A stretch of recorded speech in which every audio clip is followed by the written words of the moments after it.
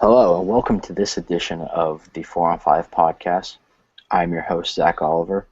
Today I'm joined by Andrew Montaigne of Pelican Debrief, Jack Alfonso of Heat Beat Miami, Rick Stone of Pelican Debrief, and Trevor Magnotti of Fear the Sword. We're going to be previewing the Cleveland Cavaliers and Miami Heat Christmas Day matchup. Also, I think a lot of people are going to be calling it the LeBron Bowl.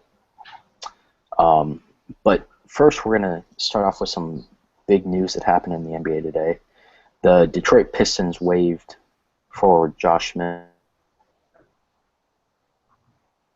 Andrew, just on moving. Where do you think Smooth ends up?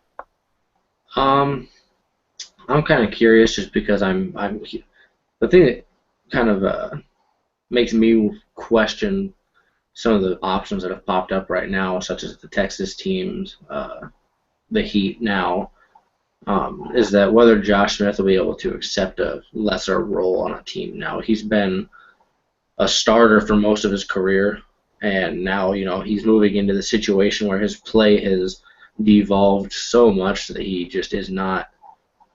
He's not worth anywhere near what he was making. He's not going to be worth probably what he does end up making, assuming he signs for a team that isn't just going to give him the mid-level or the minimum salary. I think he ends up on a team where he can start. A team like the Heat, the Pelicans aren't in the conversation yet, but they need any talent they can get, and Josh Smith is a better option than half their roster. So, I would look for him to go to the Heat. The Clippers are also a viable option. Mike Woodson's there. That's a guy he played really well under for a long time. So those are kind of my two thoughts primarily right now as to where he winds up. Yeah, Miami would be an interesting fit. Jack, we'll go to you here. Do you think this is a move that the Heat should consider? I mean, ESPN's Mark Stein just reported that the Heat are also going to be in on Josh Smith potentially. Yeah, and I was looking for that. I think the Heat are definitely lacking in a lot of areas right now. They've been hit with the injury bug. They lost Josh McRoberts for probably the whole season. I think Josh Smith could add a lot to the team. He could, he's a good passer. He's probably would be the most athletic person on the team. Miami's kind of old right now. I think it could be a huge bonus. I'm glad they're going after him. Yeah, and you touched on that McRoberts injury. That really seemed to be kind of the tipping point. They lost McRoberts for the season. Danny Granger's been in and out of the lineup. Dwayne Wade's missed a few games because of injury. Chris Bosh is out for an indefinite period right now. Miami could use him, and it seems like a nice fit, especially next to Chris Bosh, and he would kind of fill that Josh McRoberts role that I imagine they had envisioned. Rick, what say you? Do you think this is a good move for the Pistons right now? Well, the Pistons are in a real interesting situation. They've had a horrible start to the season. Obviously, the Josh Smith, Greg Monroe, Andre Drummond thing didn't work out. They had tried to trade Josh Smith. They didn't like the offers they got. They didn't really want to give up a draft pick. So Stan Van Gundy wants to move this process along. So he made a move to just waive him. Sure, they're going to pay a lot of money, but he's trying to move the process to get this team younger and try to get them more talent quicker. And as far as teams that'll pick them up, you got to look at Dallas, who just got Rondo and gave up Brendan Wright. They're going to need some depth in the middle, and Josh Smith brings that. He can defend the rim. He can come off the bench. You also look at Sacramento, who's worked really hard to try and get him before, wanted to trade Carl Landry and their other power forwards to try and get him. Vivek loves Josh Smith. Still wondering what he likes about him, but I guess we'll see if they try and get him. Other than that, he brings a talent to the table to protect the rim. He can shoot the ball. He likes to shoot it maybe a little bit too much, but he can make the shots sometimes. So he's an interesting talent, and it's going to be interesting to see what happens once he clears waivers, who comes out as the front runner, and who ends up getting him. Yeah, and Smith has always been known for his defense, and I was just glancing at his numbers, and he's shooting 39% from the field, which is rough, to say the least. Trevor, You kind of mentioned it a little bit before we started. Is this something that the Cavs should even consider doing, or you think they're better off sitting back and letting him go somewhere else? I think they're way better off letting him just kind of go somewhere else. The big thing that really does it for me is just the way that the roster is set up. Like, we know by now that Josh Smith is most effective when he's playing power forward. When he's playing small forward is when he gets into long two mode and he just starts jacking up jumpers. So you want him playing power forward to be his most effective. And that is also said about Kevin Love and Tristan Thompson, and you also want LeBron to play some minutes at the 4. So I really don't think there's just enough space for him. And also the way that the Cavs offense runs, it's a lot. It looks like a lot of isolation motion, but there is a lot of off-ball movement that's involved with the Cavs offense. And Josh Smith just isn't a player that really fits what they're going to want to do offensively. Um, and that's even before we get into his horrible shooting numbers and the fact that his defense has fallen off the last couple of years since he's been gone to Detroit. It hasn't been as good as it was at his peak in Atlanta. So I think the benefits are definitely far outweighed by the detriments to this team. I think he's a much better fit going to somewhere like Dallas or Miami. I just don't see Cleveland as a real option at this point, and also they just don't really have the room to be able to pay him anything significant. Yeah, and you kind of touch on it there. The Cavs are still in a bit of a transition period. They went from pretty much just Kyrie last year. Now they have Kevin Love, they have LeBron. They added some nice pieces in Sean Marion, Mike Miller when he's been healthy. The Cavs have been really scrutinized kind of for their not so great play at times. Is that a real worry for you at this point in the season? Or do you think that it's going to be fine once April rolls around?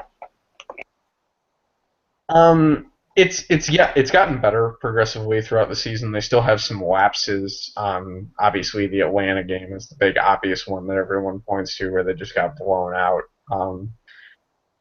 But they have been progressing slowly. It seems that the stuff that really was kind of putting David Blatt on the hot seat, the roster management, the rotation management, has all gotten a lot better. I think that it's going to continue to improve, especially in the offensive end. The defense is kind of hit or miss at times. They had a really good stretch a few weeks ago where they were, I think they went like 5 or 6 games without letting up 100 points. And their system seems to be, they're doing the things that they want to accomplish defensively. Really just the big things that are problems are getting those secondary rotations going, which it's a big wonder at this point whether that's just a product of the players that are on the floor or if it's cohesiveness. So I think that's the main thing that remains to be seen is does the defense get more consistent as we go on? If it does, then I think they'll be fine because the offense has been relatively consistent throughout the year and consistently good. If the defense still gives up 110 points once a week, then I'm a little worried about what their end ceiling is. Yeah, and we look at the other end of the spectrum with the Miami Heat. They had LeBron for the last 4 years. They went to 4 straight finals, and now they're kind of dealing with the life after LeBron. I don't want to say as much as the Cavs did because the Heat still have a considerable amount of talent. But Jack, what's this transition been like the first month and a half, almost 2 months now? It hasn't been easy. It's not what Miami fans have been accustomed to with, the 4 straight trips to the finals. But I think it's been, aside from the injuries, it's been not too bad. Dwayne Wade's having a great season, very efficient. Chris Bosh, when he's been on the floor, has been a lot of fun to watch. Shooting from everywhere on the court, playing great defense, rebounding a lot better. I think it's been a lot of fun to watch, but, injuries have got the team down. You know, McRoberts, as I said, been out of the lineup. Wade's been out of the lineup. Bosch has been out of the lineup. Chris Anderson's been out of the lineup. Everybody has been out. And it's hard to find consistency when there's so many injuries. And when you don't have a guy like LeBron there to just will you to victories, it's kind of hard to find your wins. So it's been rough. Yeah, they brought in a guy in Luol Deng who is a good player. Obviously, he's not on the LeBron level, but a lot of people, myself included, thought he would fill that void, admirably. How is he done fitting in and working with Wade and Bosch? I think he's a great fit with Wade and Bosch. He's kind of gotten off to a slow start to the season. I think he's still, having a hard time fitting in. And obviously, when you're replacing a guy like LeBron James, it's a tough role to fill. But his off-ball movement has been phenomenal. His defense has been good. His mid-range shooting's a lot of fun. He's a fun player. He's not LeBron, obviously, but I think he's a good fit here in Miami. And on the Cavs side, Trevor, there's been a lot of speculation that the Cavs really need to go and get a rim protector, and maybe they've got to move Dion Waiters. Do you think that they make a potential big splash, or do you think they kind of stand pat as we get closer to the trade deadline?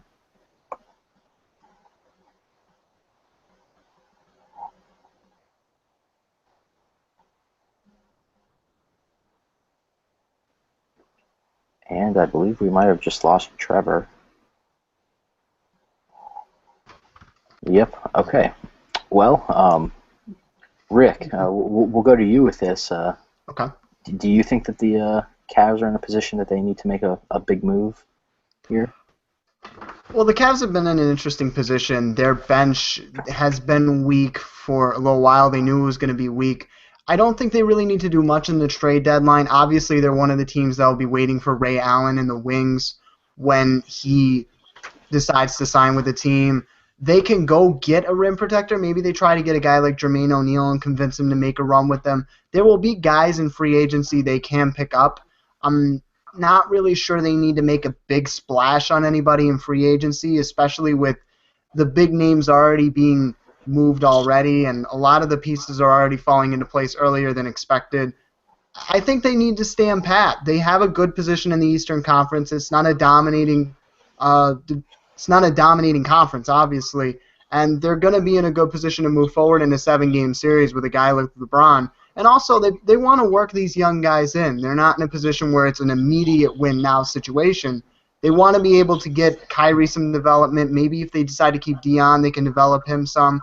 Tristan Thompson. They want to get these pieces rolling, and I don't think they need to rush it by making a big deal at the deadline, at least for this year. Yeah, I would probably tend to agree with that.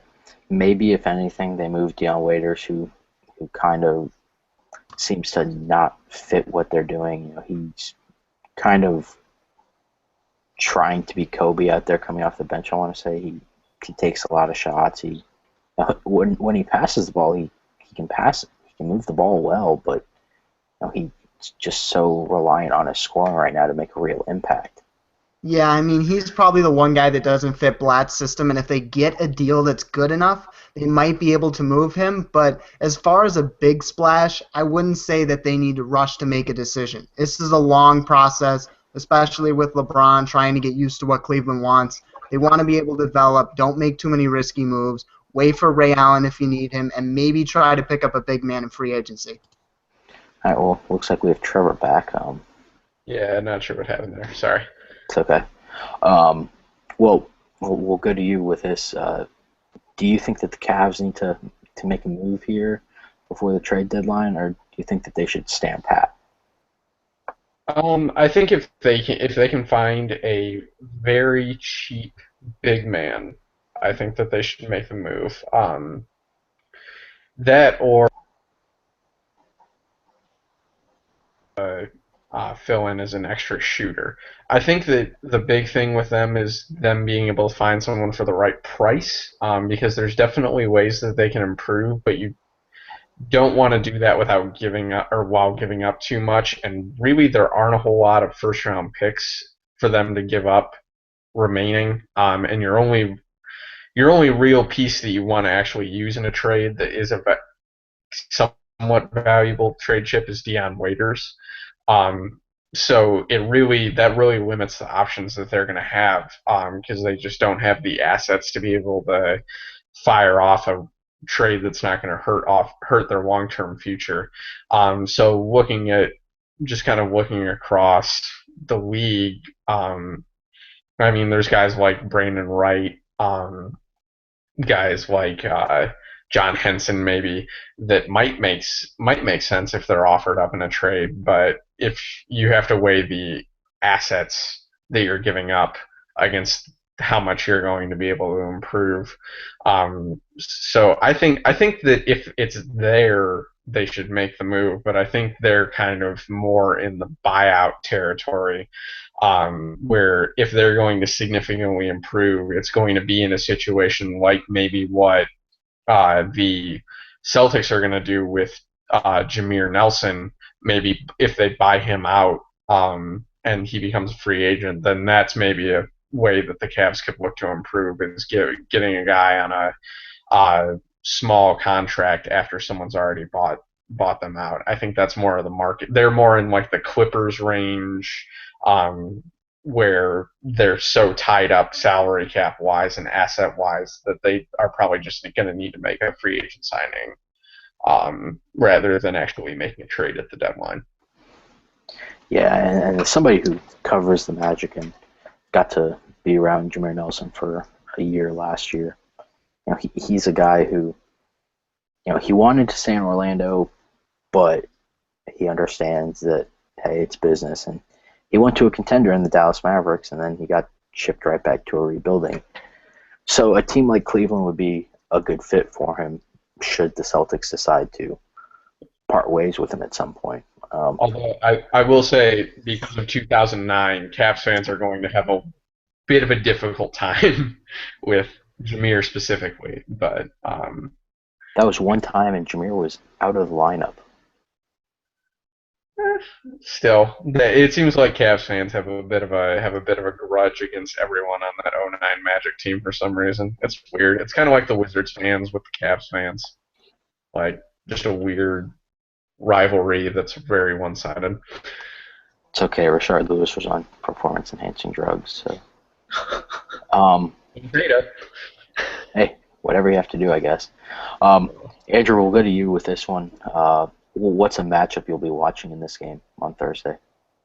Well, for me, it's going to be assuming is Chris Bosh slated to play? I haven't heard much on that front. I don't know. Jack, can you give us an update on Bosh? I don't think anybody's sure yet. I would hope so. I have a feeling he will be. I think Spoelstra will make sure he's ready to play for Christmas if he has the ability to, but I don't think it's decided yet. Well, assuming Chris Bosh plays, I'm interested to see how he plays and specifically defends Kevin Love and Anderson Varejao and Tristan Thompson in that Cavs front court. Chris Bosh has always been a really good he's been a really good defender in past years, and this year when he's been playing, as was mentioned earlier by Jack, he's been playing really good defense. I think if he can keep that up and really step in, come in, and keep up his defensive play, especially versus a team where the front court for the Cavs is a big part of what they do, because if guys aren't getting into the game, if Kevin Love isn't getting into a groove early, if if Tristan Thompson and Anderson Varejao are being pushed to their limits to work, that really gives them a lot of problems. And you have to drop LeBron down to the floor, play him extra minutes. You have to play Kevin Love extra minutes. And that offense we've seen when they've had trouble down low, they have a lot of trouble on the defensive end and on the offensive end. So if Chris Bosh can play and go in and win that matchup, I think the Heat can push this team. But if Kevin Love and Tristan Thompson, Anderson Varejao get into a groove early and hit shots, box out well, I think that poses a lot of problems to the Heat. Yeah, I think that's one that you definitely have to watch. Just that Miami front court as a whole, who over the past few years has had some issues on the boards. Jack, what are you going to be watching for in this game, matchup-wise? There are a lot of interesting matchups here. I think what I'm most excited for is we're finally getting Dwayne Wade, LeBron James games back, which in the past, before the big three joined up, is a lot of fun. They don't play the same position, obviously, but they're two alpha dogs. They go after it. Wade's having a great season. LeBron's still LeBron, whether or not he hasn't played up to his standard recently. But he's still a great player. I'm also interested in Luol Deng, LeBron James. Luol Deng in the past has always given LeBron a bit of a fits with his defense, and that's always a fun rivalry to watch. And overall, the game should be a lot of fun if everybody's healthy. Yeah, and it's kind of the same thing with the game that's going to be on before that one, the Spurs and the Thunder. You got to hope that Kawhi Leonard and Kevin Durant are both in that lineup, and that'll make the game that much better. And it's the same thing with the Heat. If Chris Bosh is healthy, then that'll just make the game even better. I think we might have lost Rick. No, I'm here. Okay, we did not. So, Rick, what's the matchup that you'll be watching in this game? As far as an individual matchup, both of these teams are not really a great rebounding team. Miami is the worst in the league, and I believe Cleveland is around 24th. So I'm looking really at Birdman versus Varejao. I want to see which one of them will grab the rebounds and kind of take control of the paint in that game. Other than that, I'm also looking at how Miami's bench handles Cleveland's bench. Cleveland's bench really relies on the three-point ball, and if Miami lets them get too many offensive rebounds, they're going to get a lot of looks from behind the arc, and that could really swing the game. If Cleveland goes on a run, 9-0, 12-0 run, where they're just getting all the offensive boards and throwing up threes and going in, that could be it right there. It doesn't really matter the score. They can change the game, and Miami has had a lot of injuries. They've been trying to fiddle around with these younger players and figure out what's going to be their starters and what's going to be their bench, and that's going to be a big key in this game, especially with guys like James Jones who can shoot, Deladova can shoot. A lot of these guys on Cleveland's bench are marksmen, and they're going to have to guard them real hard, especially at the three-point line if they want to hold tight in this game.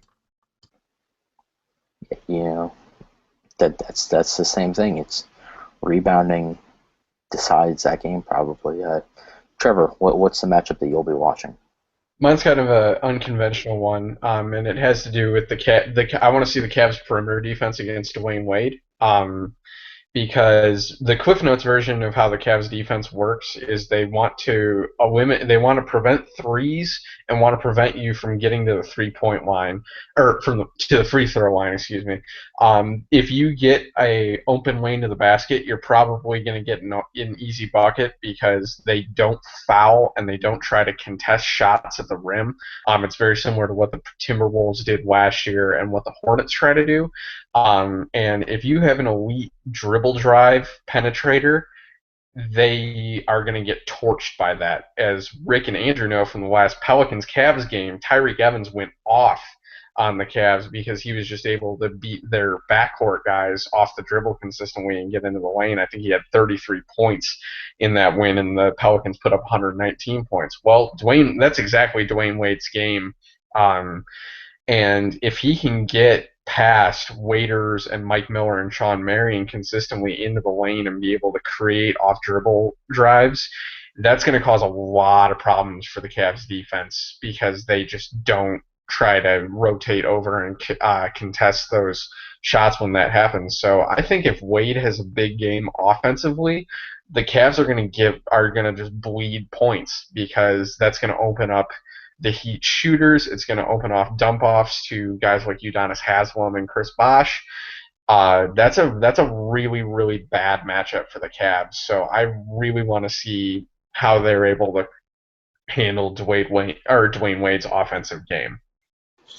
Yeah, and I'll throw this one out there.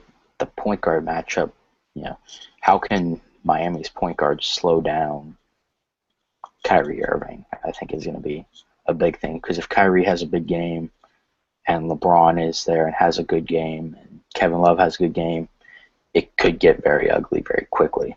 Go ahead and wrap this up here quickly, but let's go around and who wins and why. We'll start with Trevor. I think the Cavs are going to win because we've talked a lot about the rebounding edge and the way that Kevin Love and Tristan Thompson have been rebounding the last couple of weeks. They've been a terror for teams to defend against on the glass.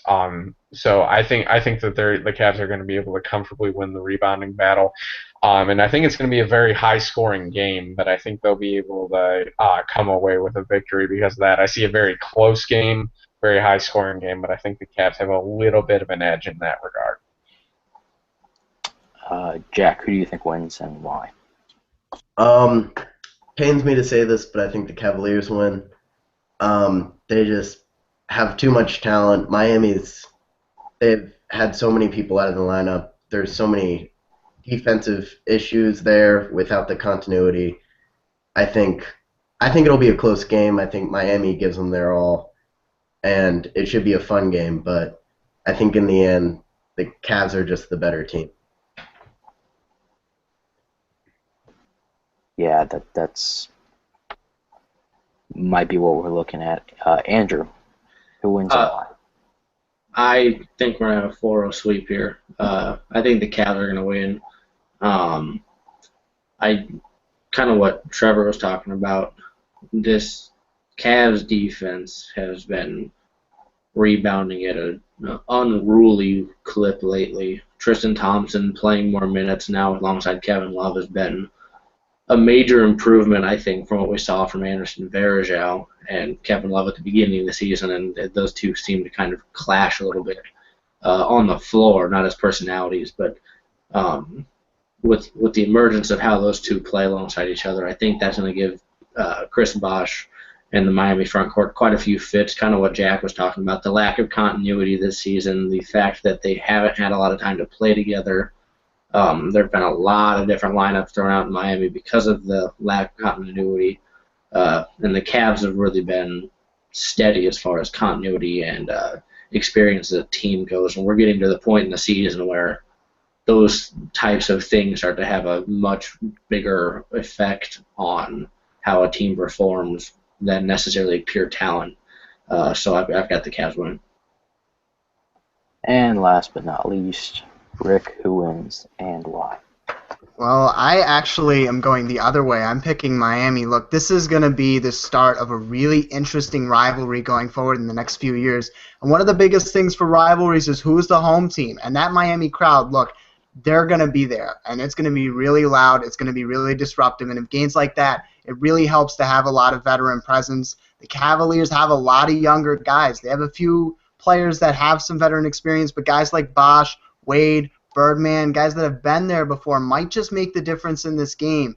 I think some of the matchups will swing this game. Obviously, Kevin Love versus Chris Bosh is going to be huge. How Dwayne Wade versus LeBron, who dominates the game. But I definitely think Miami has a great chance of winning this game just because it's the first game of the real rivalry starting, and it's in Miami, and it's going to be loud, and it's going to be interesting to see how those younger guys handle the situation, especially the bench guys for Cleveland. Yeah, I'm glad that somebody decided to go against the grain here and pick the Heat. But we're going to wrap up shop here. Any final thoughts on this matchup or really any of the Christmas Day games, guys? I just hope the fans don't do anything stupid. I understand the LeBron move to Cleveland, but just get your whole little rant on at the beginning of the game, and then let basketball be basketball and let it happen. Don't try and take over the game yourself. I hope somebody runs on the court. Oh, God. Jack? Oh. I think the crowd will be a lot of fun. Interesting to see how they react. I think a lot of cheers at first. Once the game gets started, nothing but boos for LeBron and James Jones and the whole team. I think there's a lot of animosity there, but everybody's appreciative of what happened. And Trevor, final thoughts. I apologize in advance for Cavs Twitter, because I don't expect that to be fun to follow along with. So, just in case, I figure I'll throw that out there. All right, well, that'll do it for this edition of the 4 on 5 podcast. Again, I'm Zach Oliver. You can find me on Twitter at ZachOliverNBA. Thanks again to Trevor Magnotti, who you can find on Twitter at TMagnotti. You can find Rick on Twitter at RickStoneNBA. You can find Jack on Twitter at AlfonsoHoops. And finally, you can find Andrew on Twitter at AndrewMontaigne. Until next time, have a good day.